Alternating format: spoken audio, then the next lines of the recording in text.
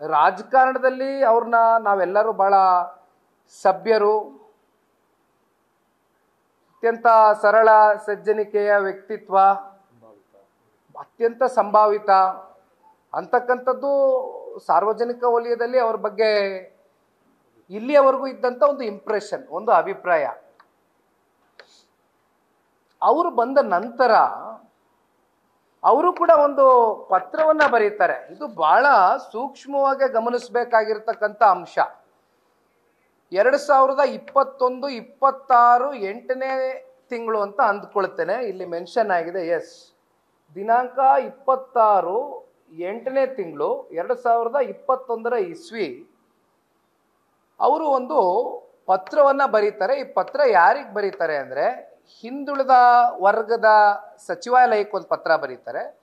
ಜೊತೆಯಲ್ಲಿ ರಾಜ್ಯದ ಮುಖ್ಯಮಂತ್ರಿಗಳ ಗಮನಕ್ಕೂ ಕೂಡ ಈ ಪತ್ರವನ್ನ ಬಹಿರಂಗವಾಗಿ ಬರೀತಾರೆ. ಇದು ಸಾರ್ವಜನಿಕ ವಲಯದಲ್ಲೂ ಕೂಡ ಬಹುಶಃ ಇತ್ತೀಚಿನ ದಿನಗಳಲ್ಲಿ ಗಮನಕ್ಕೆ ಬಂದಿದೆ ಅಂತಕ್ಕಂಥದ್ದು ನಾನು ಕೇಳ್ತಾ ಇದ್ದೆ. ಗೊತ್ತಿಲ್ಲ ಇದು ಎಷ್ಟರ ಮಟ್ಟಕ್ಕೆ ಪ್ರಚಾರ ಪಡೆದುಕೊಳ್ತು ಈ ಪತ್ರ ಅಂತ. ಆ ಪತ್ರದಲ್ಲಿ ಏನಾಗಿದೆ, ಉಲ್ಲೇಖ ಆಗಿರ್ತಕ್ಕಂಥ ಅಂಶ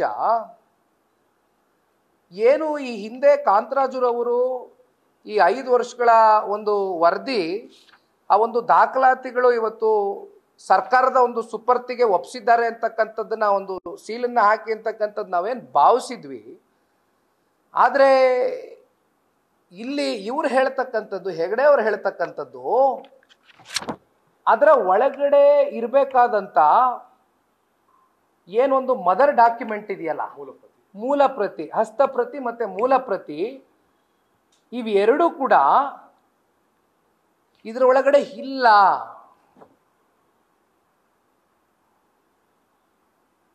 ಇದು ಈ ಪತ್ರದಲ್ಲಿ ಉಲ್ಲೇಖನ ಮಾಡಿರ್ತಕ್ಕಂಥದ್ದು. ಜಯಪ್ರಕಾಶ್ ಹೆಗಡೆ ಅವರು ಹಿಂದುಳಿದ ವರ್ಗದ ಸಚಿವಾಲಯಕ್ಕೆ ಈ ರಾಜ್ಯದ ಮುಖ್ಯಮಂತ್ರಿಗಳಿಗೆ ಸ್ವತಃ ಜಯಪ್ರಕಾಶ್ ಹೆಗಡೆರವರೇ 2021, 26 8ನೇ ತಿಂಗಳು ಇದನ್ನ ಬರೆದಿದ್ದಾರೆ. ಇದನ್ನ ಗಮನಕ್ಕೆ ತಗೊಬಂದಿದ್ದಾರೆ. ಅಲ್ಲ, ಇದು ಸರ್ಕಾರದ ಒಂದು ಸುಪರ್ತಿಲಿ ಇರ್ತಕ್ಕಂಥ ಇಂಥ ಒಂದು ಸೀರಿಯಸ್ ಡಾಕ್ಯುಮೆಂಟೇಶನ್ನು 170 ಕೋಟಿ ರೂಪಾಯಿ ಖರ್ಚು ಮಾಡಿದ್ದೀನಿ ಅಂತ ಹೇಳ್ತೀರಿ.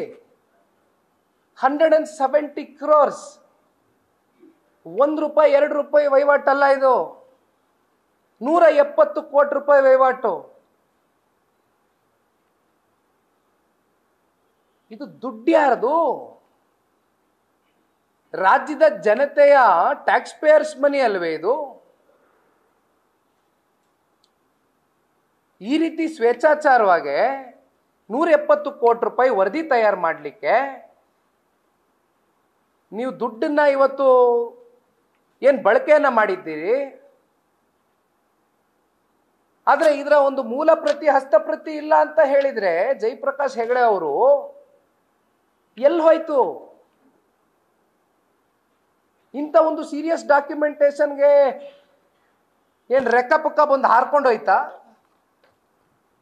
ಹಾಗಿದ್ರೆ ಆ ಸೀಲ್ಡ್ ಬಾಕ್ಸ್, ಆ ಕವರ್ನಲ್ಲಿ ಇದ್ದಂಥದ್ದು ಏನಿತ್ತು? ಏನು ವರದಿ ಏನು ಮಾಡಿದ್ರಿ? ಏನಿತ್ತು ಒಳಗಡೆ? ಎಲ್ಲಿ ಹೋಯ್ತು? ನಾವು ಜಯಪ್ರಕಾಶ್ ಹೆಗಡೆ ಅವ್ರನ್ನ ಬಹಳ ಸಂಭಾವಿತ ರಾಜಕಾರಣಿ ಅಂತ ಇಲ್ಲಿವರೆಗೂ ಇಡೀ ಸಾರ್ವಜನಿಕ ವಲಯದಲ್ಲಿ ಚರ್ಚೆ ಇರ್ತಕ್ಕಂಥದ್ದು, ಎಲ್ಲರಲ್ಲೂ ಆ ಒಂದು ಇಂಪ್ರೆಷನ್ ಇದೆ. ಆದರೆ ಇನ್ನೊಂದು ಇಲ್ಲಿ ಬಹಳ ಹಾಸ್ಯಾಸ್ಪದವಾದಂಥ ಒಂದು ಸಂಗತಿ,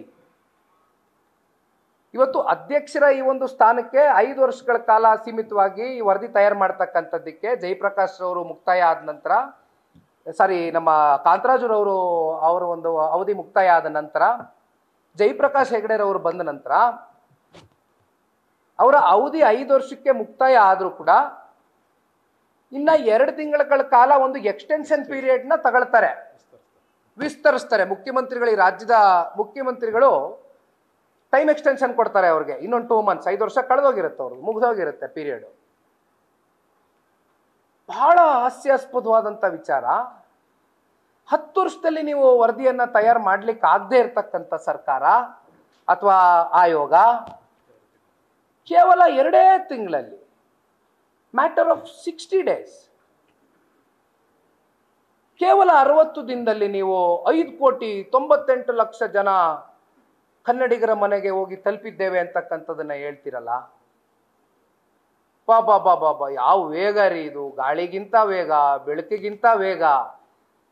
ಬಾಬಾ ಬಾಬಾ, ಏನ್ ಸ್ಪೀಡು! ಮೈ ಗುಡ್ನೆಸ್, ಇದು ನಂಬ್ಲಿಕ್ಕೆ ಆಗ್ತದ? ನೀವು ಇಷ್ಟು ವರ್ಷ ಈ ವರದಿನ ತಯಾರು ಮಾಡ್ಲಿಕ್ಕೆ ಆಗದೆ ಇರೋರು ಕೇವಲ 60 ದಿನದಲ್ಲಿ 2 ತಿಂಗಳ ಟೈಮ್ ಎಕ್ಸ್ಟೆನ್ಷನ್ ಕೊಟ್ಟು, ಆಮೇಲೆ ಇಲ್ಲೊಬ್ರು ಮಹಾನ್ ಭಾವರು ಈ ಸಲ ಮೆಂಬರ್ ಸೆಕ್ರೆಟರಿ ಒಬ್ರು ಸೈನ್ ಹಾಕಿದ್ದಾರೆ ಇದಕ್ಕೆ. ಆ ಮೆಂಬರ್ ಸೆಕ್ರೆಟರಿ ಯಾರು ಅಂತ ನಾನು ಹೆಚ್ಚಾಗಿ ಅದನ್ನ ವಿವರಣೆ ಕೊಡ್ಲಿಕ್ಕೆ ಹೋಗೋದಿಲ್ಲ. ಅದು ಇರ್ಲಿ, ಆಯ್ತು, ಅದು ಈ ರಾಜ್ಯದ ಮುಖ್ಯಮಂತ್ರಿಗಳ ವಿವೇಚನೆಗೆ ಬಿಡ್ತೀನಿ. ಅದ್ರ ಬಗ್ಗೆ ನಾನೇನು ಹೆಚ್ಚಿಗೆ ಚರ್ಚೆ ಮಾಡ್ಲಿಕ್ಕೆ ಹೋಗೋದಿಲ್ಲ. ಅವ್ರು ಯಾರ ಆಪ್ತರು, ಯಾರ ಸಂಬಂಧಿಕರು, ನೀವು ಹೇಳಿದ್ಮೇಲೆ ನೀವು ಇನ್ನ ತಾವು ಹೇಳಿದ್ಮೇಲೆ ಮುಗಿತಣ್ಣ. ತಮಗೆ ಗೊತ್ತಿದ ಮೇಲೆ ಇನ್ನ ಇಡೀ ರಾಜ್ಯದ ಜನತೆಗೆ ಈ ವರದಿ ಬಿತ್ತರಿಸ್ತಕ್ಕಂಥ ಪ್ರಾಮಾಣಿಕ ಕೆಲಸ ಮಾಡ್ತಕ್ಕಂಥವ್ರು ನಮ್ಮ ಪತ್ರಿಕಾ ಮಾಧ್ಯಮದ ಸ್ನೇಹಿತರು. ಹಾಗಾಗಿ ತಮಗೆ ಆ ವ್ಯಕ್ತಿಯ ಹೆಸರು ಗೊತ್ತಿದ್ರೆ ಸಾಕಣ. ಹಾಗಾಗಿ ನಾನೇನು ಅದ್ರ ಬಗ್ಗೆ ಹೆಚ್ಚಾಗಿ ಮಾತನಾಡೋದಕ್ಕೆ ಹೋಗೋದಿಲ್ಲ. ಆದರೆ ಅವರು ಸಹಿ ಹಾಕ್ತಾರೆ, ಮೆಂಬರ್ ಸೆಕ್ರೆಟರಿ ಸ್ಥಾನದಲ್ಲಿ ಕೂತಂತ ಅವ್ರು ಸಹಿ ಹಾಕ್ತಾರೆ. ಆಮೇಲೆ ಇಂಥ ಆಯೋಗದಲ್ಲಿ ಒಬ್ಬ ಮೆಂಬರ್ ಸೆಕ್ರೆಟರಿ ಆಗ್ತಕ್ಕಂಥ ಅರ್ಹತೆ ಇರ್ತಕ್ಕಂಥವ್ರು ಅತ್ಯಂತ ಬಹಳ ಸೀರಿಯಸ್ ಉನ್ನತ ಸ್ಥಾನದಲ್ಲಿ ಈ ಸರ್ಕಾರದ ಅವಧಿಯಲ್ಲಿ ಸೇವೆ ಮಾಡಿರ್ತಕ್ಕಂಥ IAS ಅಧಿಕಾರಿಗೆ ಹೊರತುಪಡಿಸಿ ಇಲ್ಲಿ ಇವರು ಅತ್ಯಂತ ಜೂನಿಯರ್ ಆಗ್ತಾರೆ SS ಲೆವೆಲಲ್ಲಿ. ಇವರು ಸೈನ್ ಹಾಕ್ತಾರೆ, 60 ದಿನದಲ್ಲಿ ಪ್ರಕ್ರಿಯೆ ಮುಗಿಸ್ಕೊಳ್ತಾರೆ. ನ್ಯೂಸ್ ಫಸ್ಟ್, ನಿರ್ಭೀತಿಯಿಂದ ನಿಮ್ಮ ಪರವಾಗಿ.